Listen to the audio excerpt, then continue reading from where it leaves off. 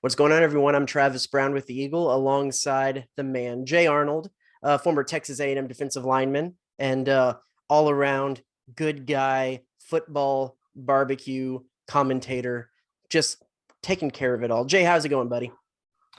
It's going well. How are you yourself today? I am lovely. We actually had some barbecue. It was Rudy's, but we had some barbecue today at the Hey, old Jimbo Fisher press conference. So it was, right up your alley.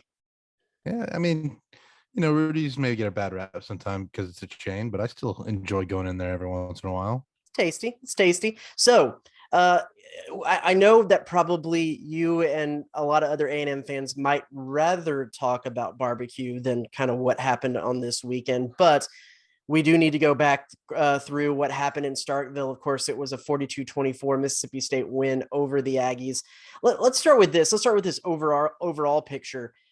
It just seems Mississippi State has A&M's number most years than not. I believe it was 5-5, I think, coming into this game since A&M had joined the SEC. What is it about Mississippi State, Starkville, maybe the pirate Mike Leach, but even he wasn't there all the time? What is it about Mississippi State that just it seems to be A&M's kryptonite some years?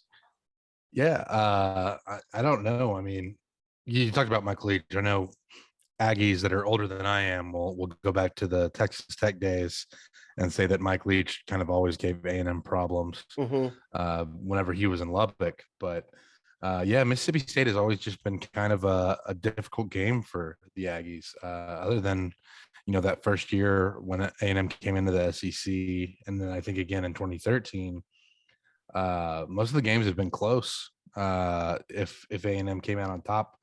And they've had difficulty beating the Bulldogs in other contests. I know in 2014 when we played them, there was Dak Prescott, and that was quite a special year for the program. But yeah, I'm not sure what it is about this team.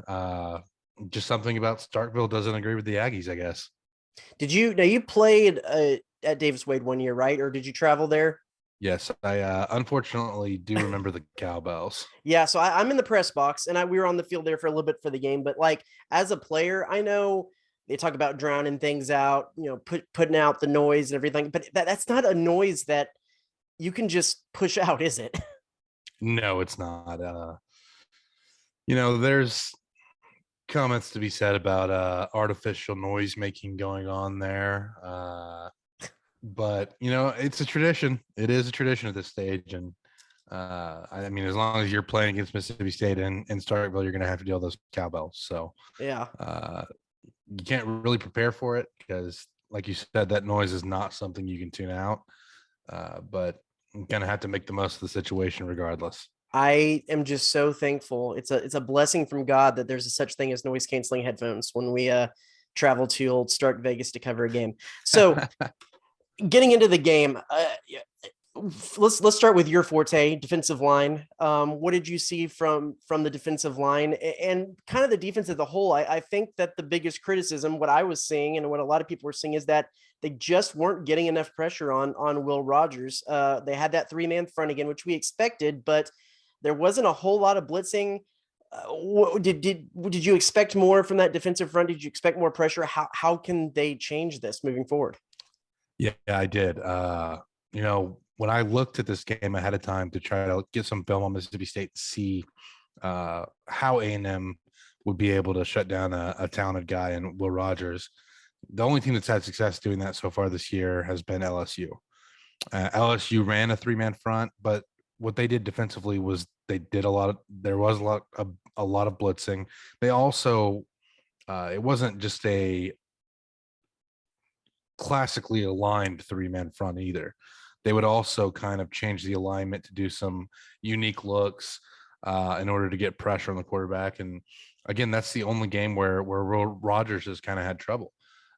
So I think the fact that A&M didn't get pressure on Rodgers was a little bit of a disappointment for me from a game plan standpoint. I didn't expect the 3-man front to get there on its own. I expected to need blitzing linebackers or defensive backs, either one, to be able to kind of create some confusion. And the few times that they did get pressure on Will Rogers, he wasn't able to make the best throws.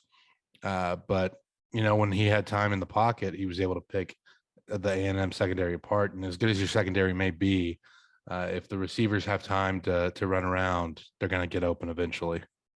This is a question I asked Fadil Diggs today. And as a defensive lineman, if you're running a 3-man front and you're not necessarily bringing any more pressure from linebackers or defensive backs, are you starting to get a little bit frustrated as an edge rusher because you're not necessarily getting a whole lot of those one-on-one matchups to try to use some of those moves? What is that like maybe for some of those defensive linemen, especially the edge rushers who are being asked to overcome double teams at time? I would assume.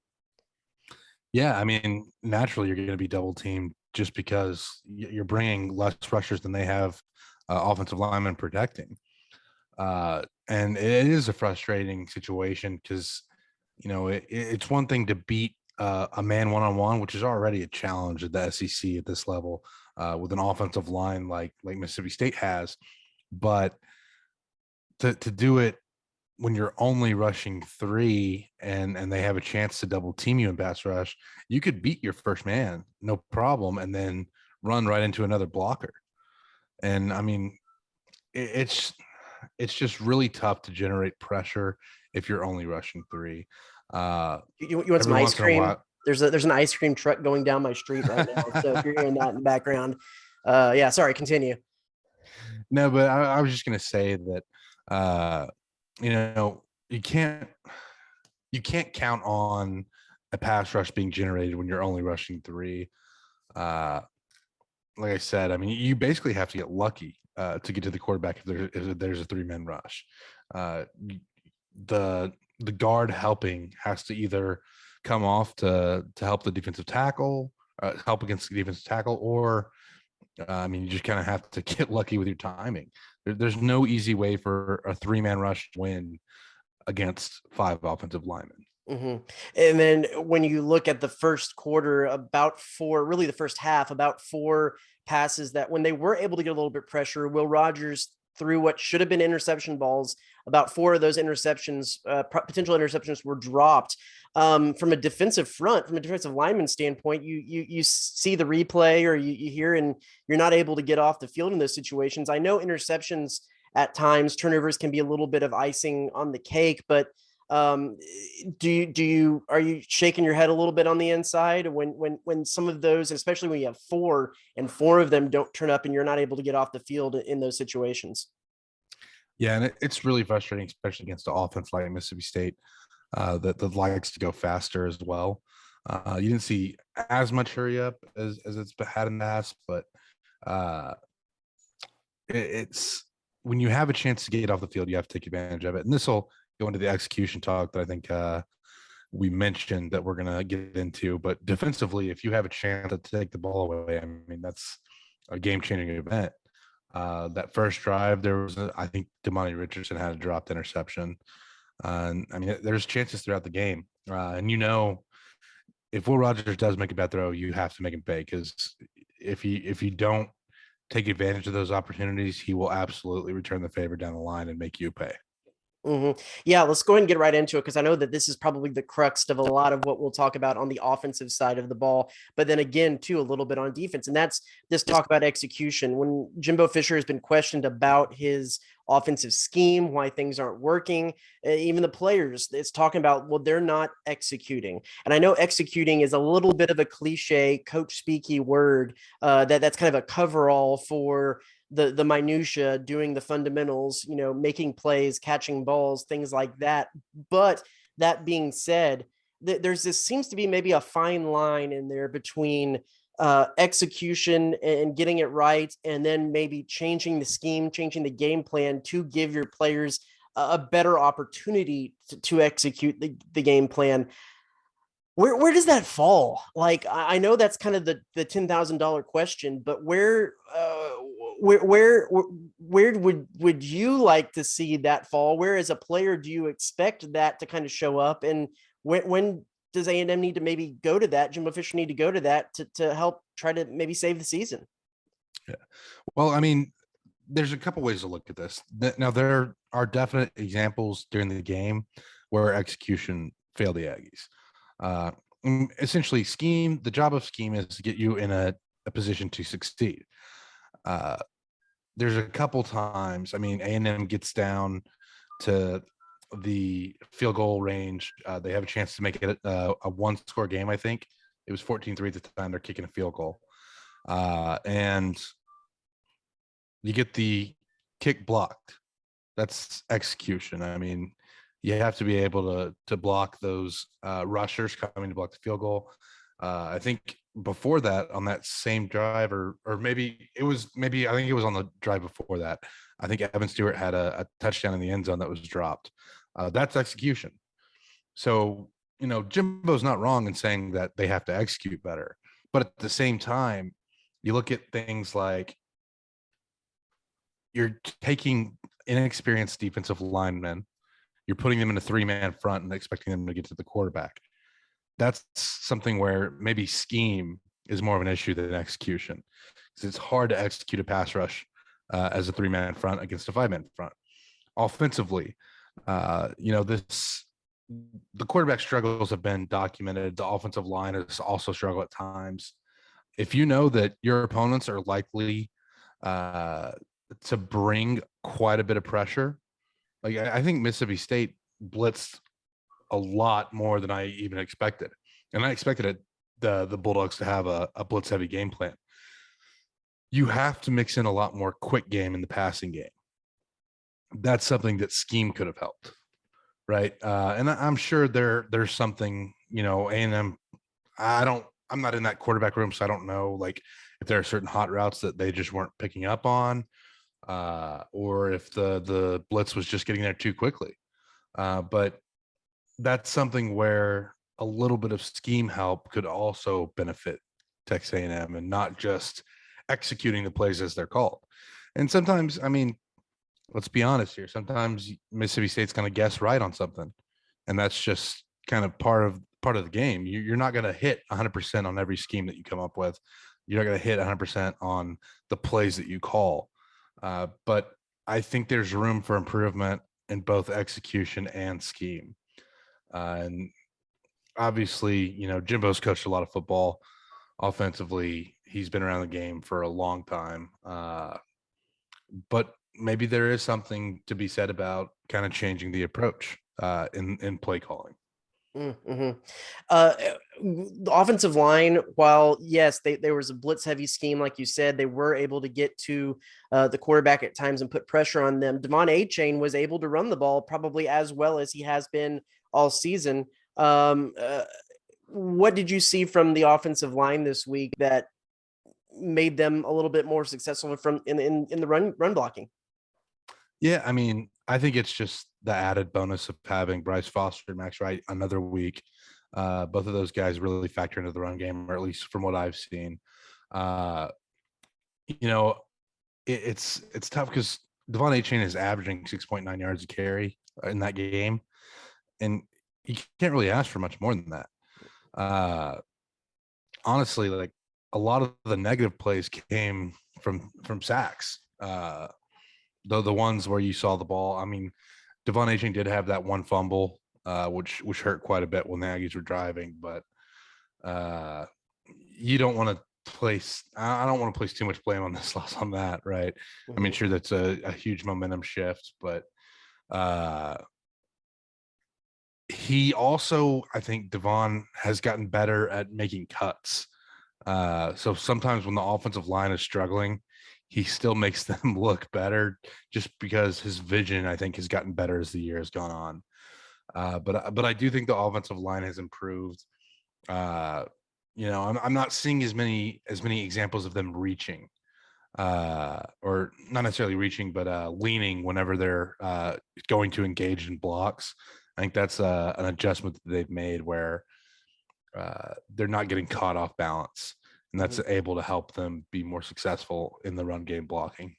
So by my count today, I was going through, and at least when you talk about players who have really been involved this year, or you would have expected to be involved this year, there's 14 A&M players who would be listed on the injury update if this was an NFL game.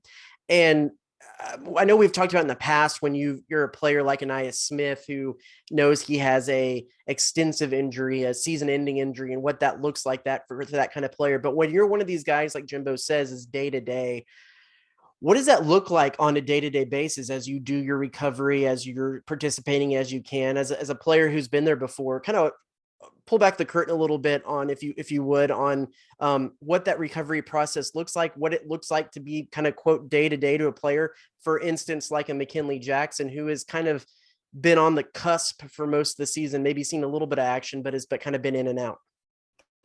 Yeah, I mean, it's tough when you're dealing with injuries. I know, especially when you see a guy dealing with like, I don't know what McKinley Jackson's dealing with, but uh, ankle or lower body injuries can really be tough to deal with, and you have to be careful in practice. There's so many things that can go wrong when you're trying to get an injury recovered, and you always take the risk of making it worse.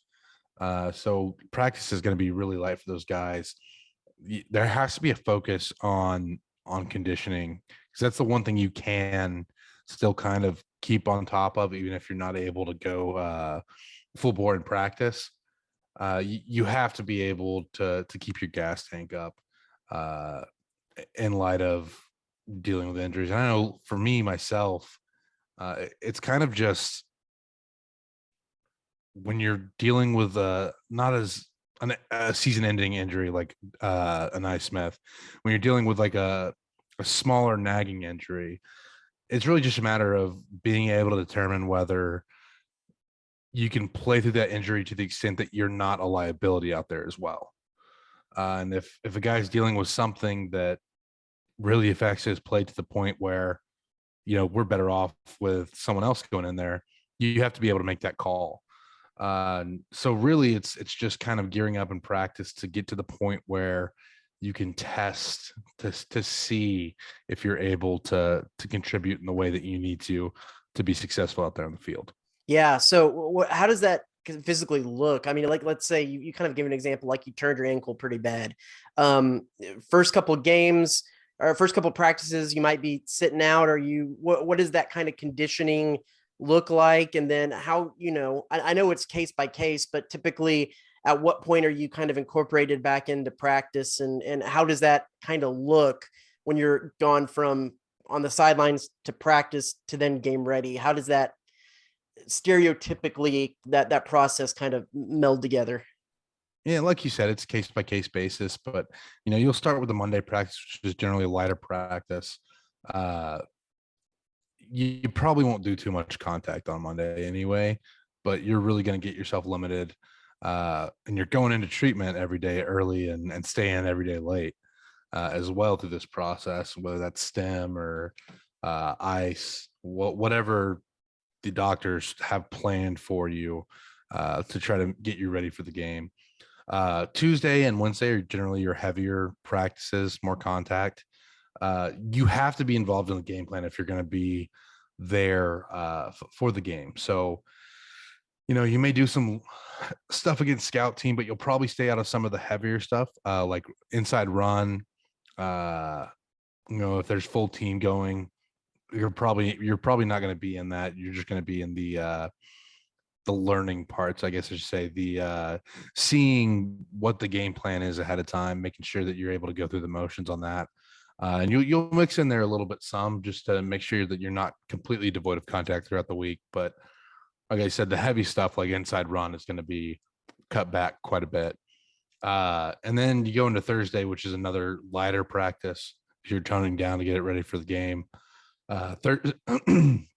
Thursdays, you're probably going to be a full participant because it's not heavy on contact anyway. And again, practice could be changed. I haven't been to a Jimbo Fisher practice yet. I'm speaking from my experience when I was there, Mhm.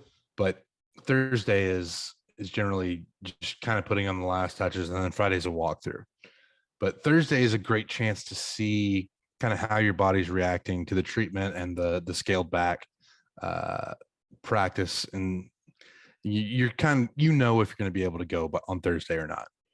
Yeah. 9 times out of 10. Yeah. And so on the Tuesday and Wednesday practice, when you said you're kind of testing things out, are you communicating to your position coach, the trainers? Like, how is that kind of chain of communication going for people to see and kind of test out and get a gauge on how you're feeling with everything? Yeah, I mean, everybody's kind of involved in the process. The coaching staff, the medical staff, and the player are going to be communicating.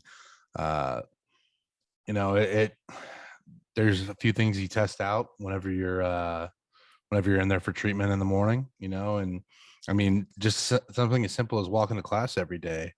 I mean, you're knowing what feels different, what doesn't. Uh, you know, if you're in practice, a lot of times when you're doing like special teams work, that's when the coaches are kind of able to go off to the side, position coaches or coordinators or whatever, and be able to kind of test a few things out as far as running. Because I mean, football is such a physical game, and uh, you know, being able to move at the rate that a guy like if you're on the interior defensive line, being able to react to blocks. There's so many little nuances that you don't really think of as far as movement that kind of have to be tested, and that's where the training staff and the coach kind of have to get together to see the stability, everything that goes into being able to make those minute adjustments in game. And sometimes the player doesn't even know, right? Like some of the details that the medical staff are going into or may see or may advise the coaching staff on uh, can be something that you don't necessarily feel, but that they can notice. Something as simple as a changed walk can be a hint to a medical staff. So it's always an interesting process. It's frustrating as a player for sure, though. Sometimes you think you're good to go, and you get out there, and they look at the way you ran, and it's like you're not going this week, which Mm-hmm. is it's crazy to think about, but that's why they're the medical professionals, right? And then you can add the component on that of the GPS monitors that they were in. That wasn't a thing when you were playing, right? That's more of a So recent. we were just getting into that, but now they're like always in. Right. I think we started that my sophomore year, Gotcha. and the technology wasn't as advanced as it is now. Now it's even crazier. Yeah, they can measure the workload and they can measure your like gait and things like that. So they could actually they have the not only is it just an eyeball thing to see how you're running, but they can like see the data behind how you're running as well. And that's always kind of crazy to me. One more question on this Wild. before you move on that has fascinated me because let's talking about a ankle injury, something lower body, something with the legs. You talk about one of the most important things is cardio and keeping that gas tank full, like you said. When it is something affecting your feet, your legs, your lower body, what are some of those ways that y'all did cardio to keep that up? I know following professional soccer when they have those, it's a lot of like boxing stuff. I'm curious if that was in it. What is some of those cardio things that you can do when your lower body is hurt? Yeah, so rowing machines are one thing Mhm. that are really helpful for that, and especially because football, you use your whole body in a rowing machine. You're not putting as much uh, pressure on the whatever the injury is, and the medical staff can come up with stuff too if it's maybe getting on a bike as well. You get on the stationary bike. Uh, if it's something that's more upper body, you may just be running. Or if you don't want to jar it, if it's like something like a shoulder or collarbone, uh, it could be something like getting on a stair stepper. I mean, it really just depends on what they're trying to accomplish. And it also goes into how severe the injury is.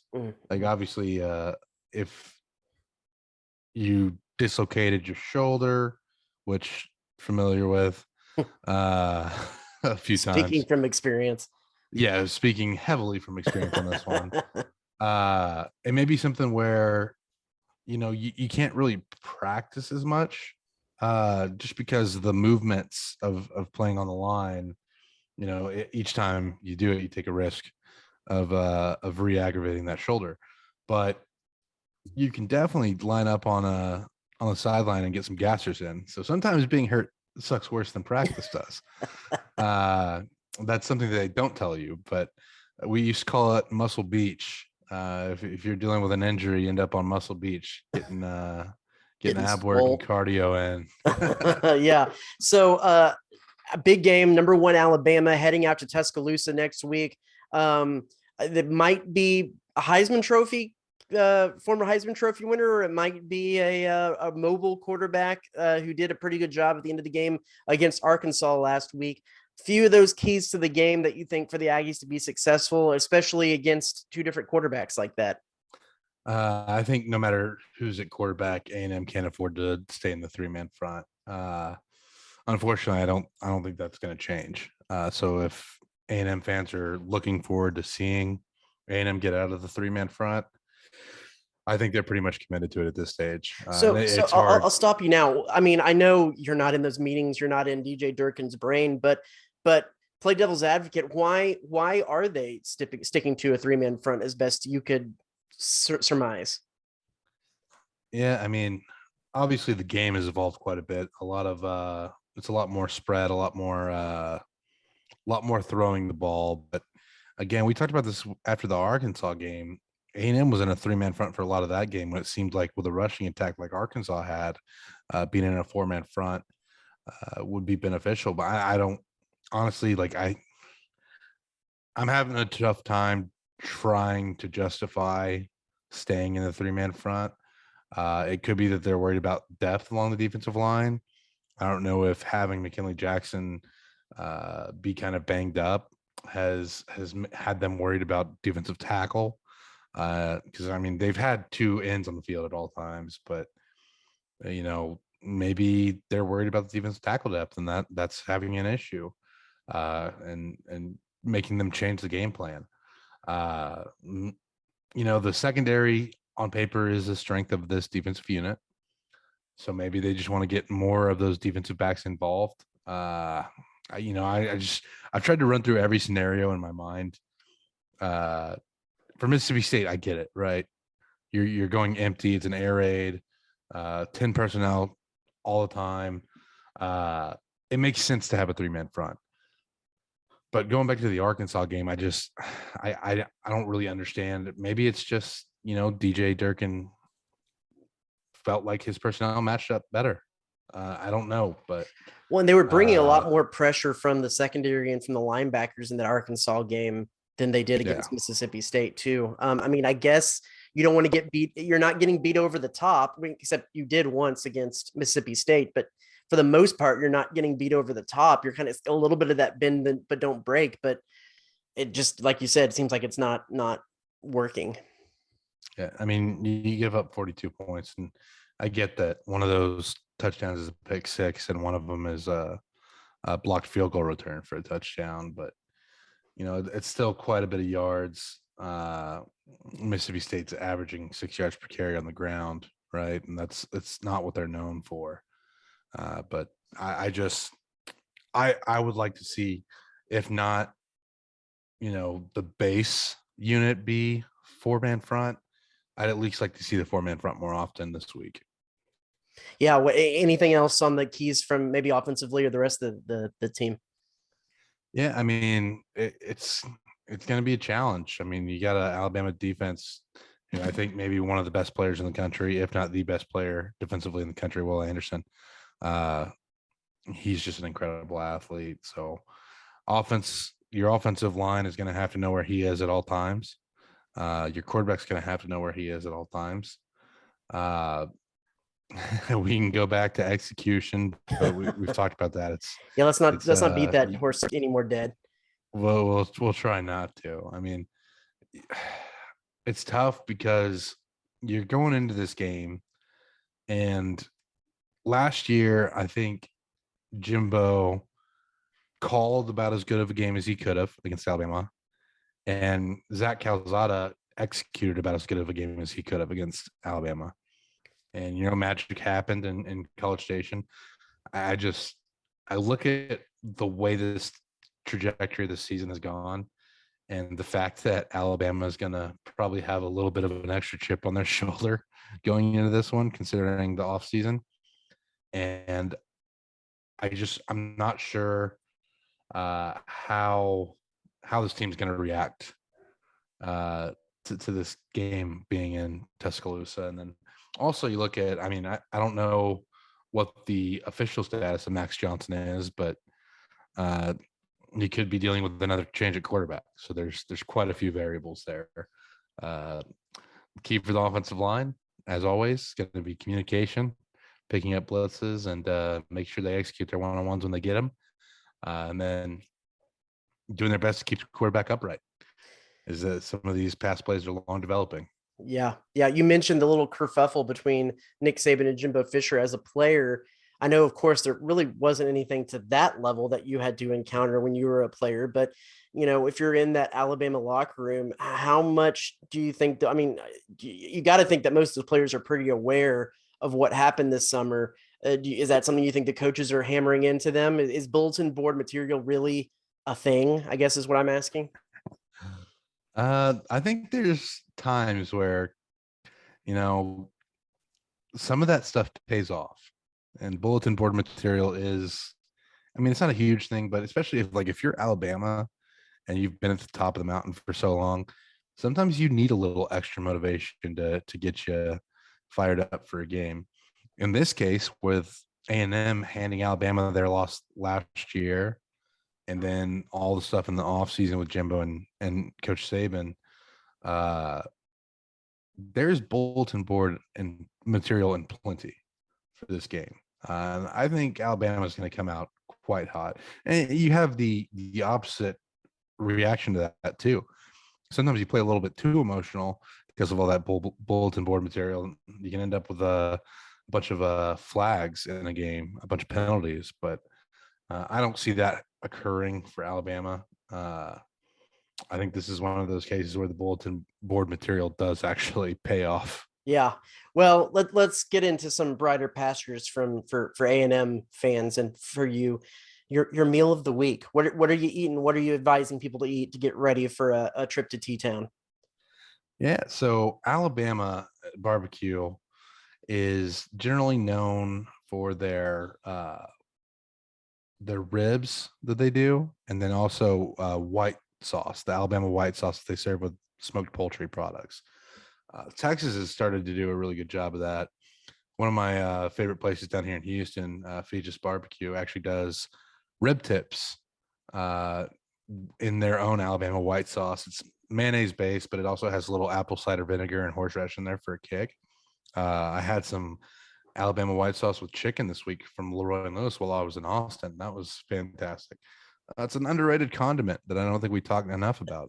Obviously, it's not going to be something that I want to put on brisket or pulled pork, but to do it on like little rib tip action or on chicken, it's a good condiment, especially on a sandwich.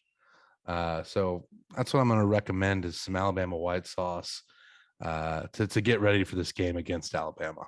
Listen, you tune in every Tuesday. You're going to get X's, you're going to get O's, and you're going to get underrated condiments from Jay Arnold, and that is a guarantee. Jay, thanks so much for giving us a few minutes of your time. You can follow him at J Arnold Tamu 88. Did I get that right? 85. 85. Dang it. J Arnold Tamu 85. Follow him on Twitter for all of his good advice on football and barbecue. And we will be back next week to break down that Alabama game. Thanks, everybody.